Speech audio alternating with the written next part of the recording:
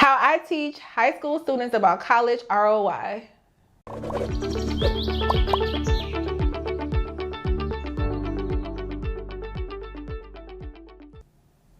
Hi, I'm Tasha Danielle and welcome to Financial Gardens YouTube channel. I am the founder and we talk all about teaching parents how to talk to their children, tweens, and teens about money, as well as provide basic financial literacy tips to adults.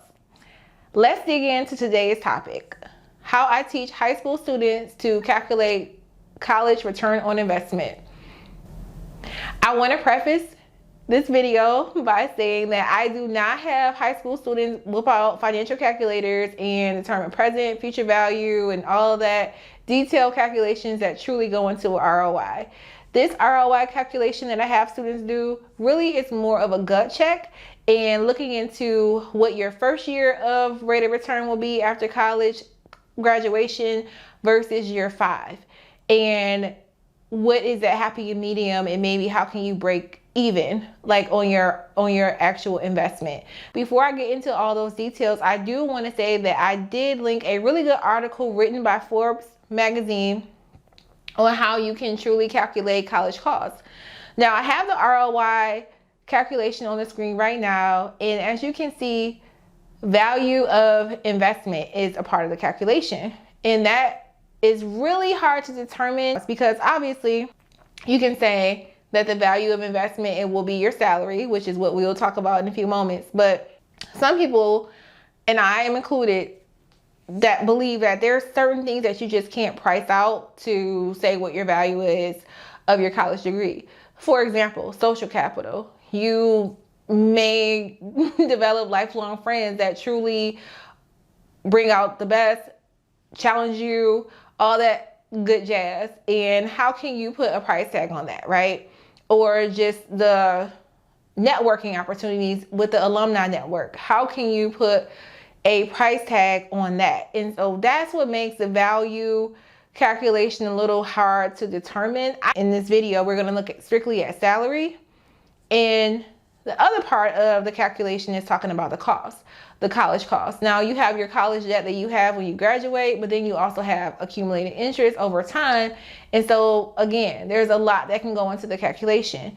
Forbes does a really great job of digging in deep and showing you how to get there. I will say that overall, Forbes suggests that women should not spend more than $180,000 on an undergraduate degree to get a true ROI. That is insane to me, in my opinion. Let's dig into the 4 ways I get my high school students to calculate college ROI. Number 1 is I get high school students involved in the conversation. Now, Financial Garden goes into various high schools to teach financial literacy to students.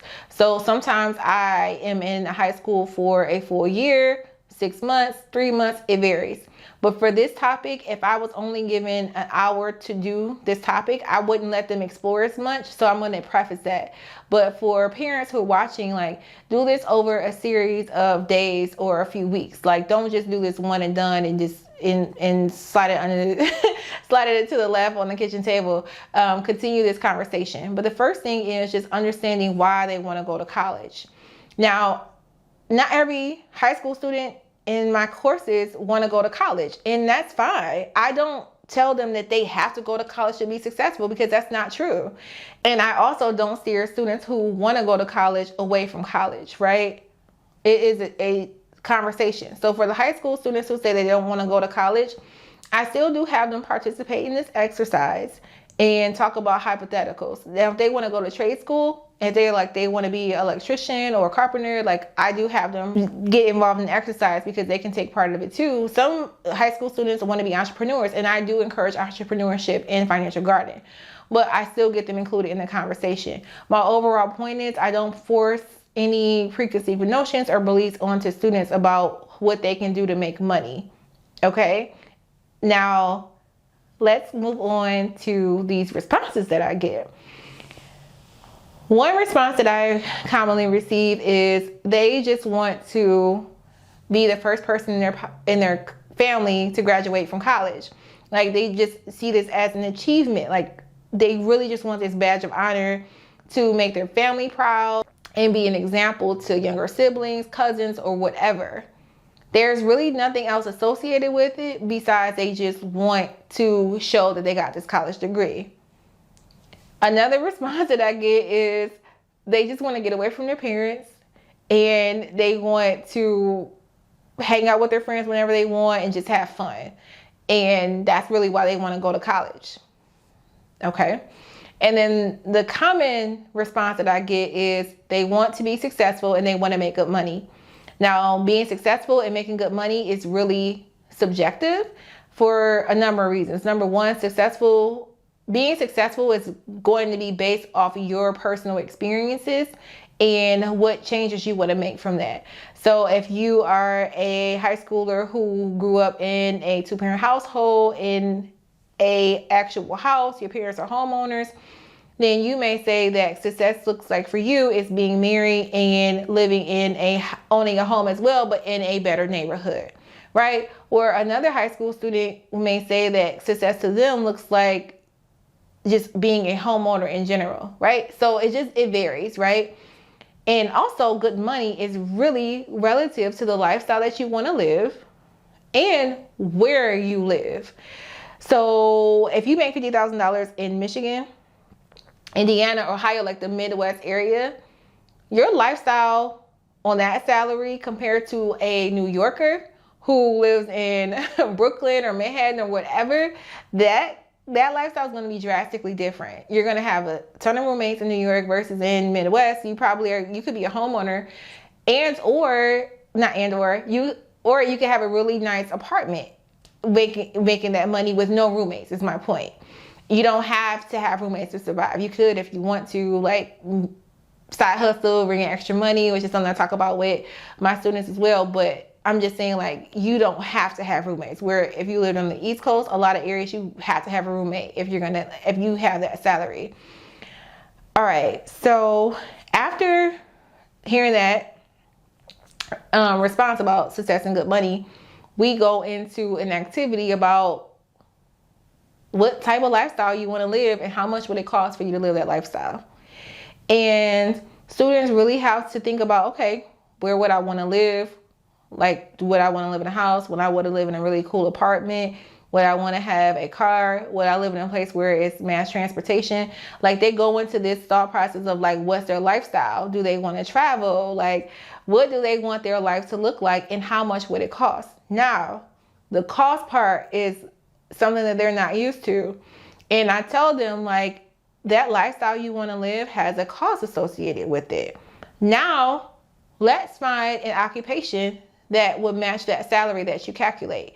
That's why I said this takes a few hours over weeks, different activities, because I want them to be in depth with it.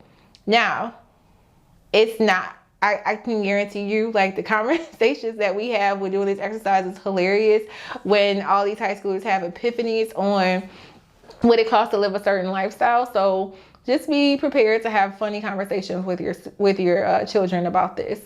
Now, finding that occupation that matches that salary or gets you close to that salary is going to be eye-opening. So let's say that their lifestyle is $50,000. There's a lot of different occupations that matches that salary. So obviously I want them to pick something that they feel like they really could do or that's in their skill set. So if they hate math and science and a scientist's starting salary is $50,000, that would not make sense to pick for the activity because you hate math and science and so you would never be a scientist. Like, that doesn't make any sense. So it's about finding a occupation that matches that salary that they feel like they can actually do and they want to do, right? Now, once they find this occupation in the salary lineup, then I'm like, okay, do you need to go to college to do it? Now, this question and this research is not in any way deterring them from going to college, but it is a real question because if you want to be a personal trainer, for example, you could get certifications to do that. You don't necessarily need to go to college to be a personal trainer. Now, what I will say is for them, I want you to look into the benefits of being a college degree holder as a personal trainer. How can you pivot that? So again, if the career doesn't require a college degree, I always ask the students to explore how that college degree would enhance having that occupation. Because again, the point of this project is not to tell them not to go to college. It's not. Okay? So once they figure out this occupation, they figure out the salary or whatever, if it needs a college degree, now number 3 is determining the average cost of their debt when they graduate. Now, I'm going to be realistic and tell them that they're probably going to go into debt to go to college, because that is the reality of most Americans. And yes, I have a whole course, surprise, surprise, on scholarships. So keep in mind, financial guardian, a lot of times we are in schools for a full school year to teach financial literacy. So this is not like a one and done type of thing. So we do go through scholarship applications and stuff like that. But let's assume that you don't get any scholarships, like a lot of scholarships, I should say. But let's assume that you get minimum scholarships and you end up needing student loans. That is going to be a reality for a lot of people. So what I have them do is look at an article. We don't really do a lot of cost calculations for this exercise because it will require them understanding what their family salary is, expected family contribution, a lot of different things. So what I do is, the Free Press has an article that's published about the average debt of the recent college graduates from Michigan State schools. So for example, the article, which is linked in the description box below, will show the student that graduated from Michigan State, this is their average debt, like based on the data that they've collected. The student that went to Eastern Michigan University, this is what they're graduating, this is the debt they're graduating with. So it's taking an average. Obviously, it's an average. It could vary based on that person's family situation, but I want them to get an idea. If I had them go through and look at tuition, room and board, and say this is what you're going to pay, that's not realistic. Like, people don't pay the sticker price for tuition. It's like you paying the sticker price for that hotel, the hotel price that's on the back of your door. It says like $489 a night. No one ever pays that unless it's Super Bowl season. So it's very rare that that a person pays the full sticker price without getting student loans, not student loans. It's very rare that a student actually pays that sticker price. They usually get at least a merit-based scholarship. So if the tuition is $35,000 a year, it's very rare that a person just takes out a student loan for $35,000. They usually get $10,000 off for being a Michigan resident, $5,000 off for having a high ACT score. Like, there's usually generally like always a merit-based scholarship where they don't pay the sticker price. So that's another reason why I don't have them go through and explore all that cost. This article is a good rule of thumb to get us moving quickly in the right direction. So now that we know what our occupations are going to be and what that salary is going to be, and we know the college cost, now it's time to do the college ROI calculation, step 4. I want to add, notice that I didn't say anything about them first starting to look at what their major would be and them digging down and figuring out how to match their passion to their major and all this other stuff. Like, I don't have them go that route. I want them to start looking at the money. That's what we do not do enough of, is really talking about the price and cost of living and the salaries, everything. So I don't do that in this conversation. This is all based off occupations. Now, obviously you need to figure out what major you would need to be, but I really want them to focus on what that occupation that they're going to college for. Like, ideally what they would go to college for, right? They're going to change their mind probably a million times, but if they change their mind, they need to change their mind and look at what that new salary would be. And if they do this early on, they will start to think about, okay, what can I make with this major? What can I make with this? Now that I don't want to be a lawyer anymore because it's too hard and these classes are insane, what else can I do to make that type of money, right? They will have this going in their head as they're going through college. So the calculation. I have high school students do 2 different types of ROI calculations, and it's year 1 of their projected ROI after graduation and year 5 after graduation. So for example, if they chose to be a social worker, they're like, hey, I know that I really want to help people, and this is like, my mom does this, my sister does this. I know this is something that I will end up doing. But I want to do it in a different state. And the salary is showing $40,000, and it'll take year 5 to get to $50,000. They may feel like, oh, I should pick another major because it's going to take me a while to get to the salary, because 5 years to a high schooler could seem like forever. I'm not going to tell them like, oh yeah, pick another occupation, throw that back because it's going to take you 5 years to make it. I just want them to see like how long it will take to get to a positive ROI.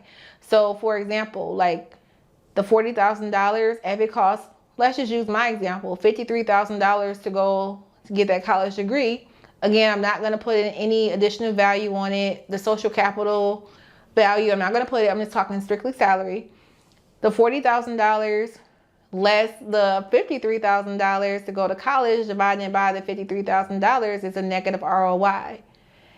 Let's look at year 2, what that would be. Like, it's probably still going to be negative. So I'm just taking the salary per year and subtracting out their average expected college debt cost from that particular school that they're going to go to, right? So it's negative. Now, I want them to see when it becomes positive. It's the whole point of the exercise. Or will it ever become positive, right?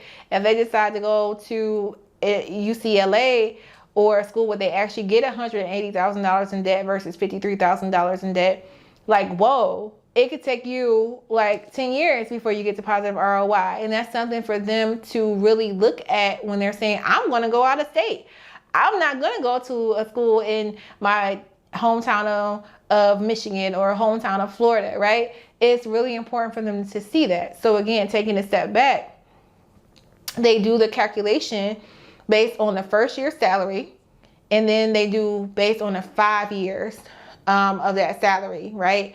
When they get to year 5, will they be a positive or negative ROI still? And if they are still at negative, it's like, okay, well, you know that career is going to take you a while to get to a positive ROI. It's either that career or the school you chose, right? You can alter either one to get to that positive ROI. It's just a matter of like, what school do you want to go to and the salary. So again, when we're looking at step 3, when we're seeing the average cost of debt per school, I do point to that free press article that's usually published every year when we're talking about it in Michigan.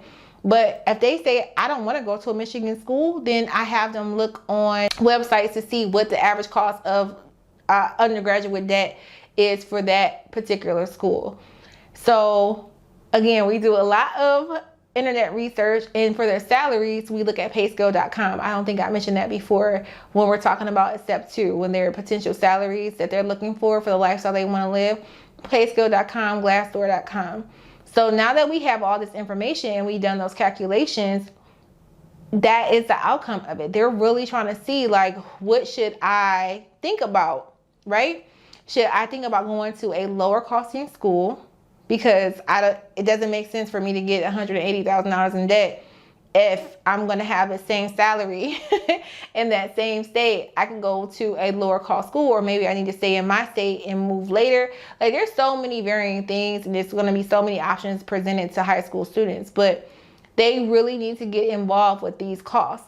And it needs to be done in a way that it's not overwhelming. And so that's why we break it off piece by piece. Now, if I'm doing this in the hour setting, I will give them predetermined things. But when it's predetermined, it's not as impactful. So again, we do ROI for year 1, and then we look at year 5. And I have it shown on the screen of like what those calculations will look like for examples. So let me know what you think of this exercise that I do with my high school students. Let me know if this is something that you're going to do with your teens, why or why not. And I know you may be thinking about like, wow, everything is so driven on money, and what about them finding their passion and all that stuff? Okay, cool. They need to monetize that passion to pay off that debt. Or you will have an adult living with you until who knows, because they pursue their passion and they never looked at the cost of things. And that is what we do not want to happen. Be sure to sign up for our newsletters, and I will see you in the next video, because you subscribe and you'll get a notification, right? Until next time, bye.